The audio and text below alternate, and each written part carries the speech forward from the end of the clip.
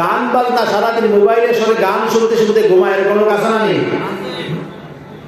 তো গান বাজনা কি হালাল না হারাম? তো এই গান বাজনা কিছুদিন পরে হালাল হয়ে যাবে। হ্যাঁ, আচ্ছা, একটা হারাম কিয়ামত পর্যন্ত হারাম, একটা হালাল কিয়ামত পর্যন্ত হালাল, আর একটা হারাম, সবাই বলেন, একটা হারাম কিয়ামত পর্যন্ত হারাম। আচ্ছা, গরুর গোশত কত সালে হারাম হবে? আর মদ 2024 সাল চলছে এখন নাকি, তা মদ হালাল হবে কত সালে?